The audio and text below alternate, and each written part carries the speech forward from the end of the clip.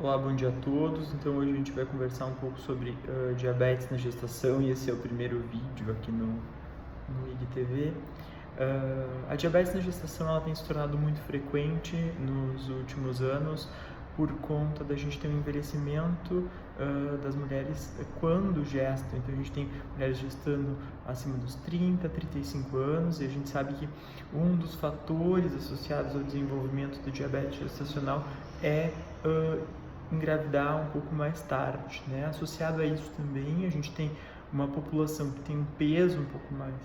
elevado, então sobrepeso, obesidade, o que também pode aumentar um pouco o risco do desenvolvimento de diabetes durante a gestação. E a gente sabe que uma das principais preocupações com a glicemia ao longo da gestação é que o que acontece, a glicose da mãe ela acaba passando para o bebê e com isso o bebê pode crescer um pouco mais do que deveria crescer ao longo da gestação, né, aumentando complicações tanto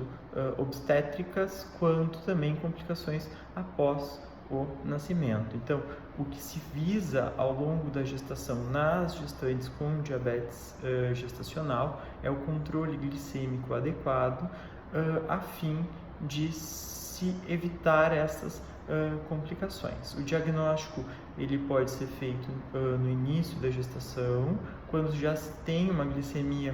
alterada, ou é feito da 24ª à 28ª semana, quando é feito a curva glicêmica, aquele exame em que se toma o líquido açucarado e se dosa a glicose antes de tomar o líquido açucarado, 1 hora após e 2 horas após, e a partir disso a gente tem valores de referência que a gente considera para fazer o diagnóstico. Quando se tem o diagnóstico de diabetes na gestação, um dos primeiros pontos que a gente tenta melhorar é a alimentação, então pelo menos por 1 ou 2 semanas, né? E também naquelas mulheres que conseguem, o obstetra libera, fazer caminhadas, atividade física visando controle da glicose. Naquelas mulheres em que a gente não consegue controlar a glicose com essas medidas, se faz necessário o uso de medicação. E a depender do caso, a gente pode vir a usar insulina, né, ou metformina, né, dependendo da idade gestacional, do quão avançado está o diabetes nessas pacientes, visando o alvo, né, da glicose,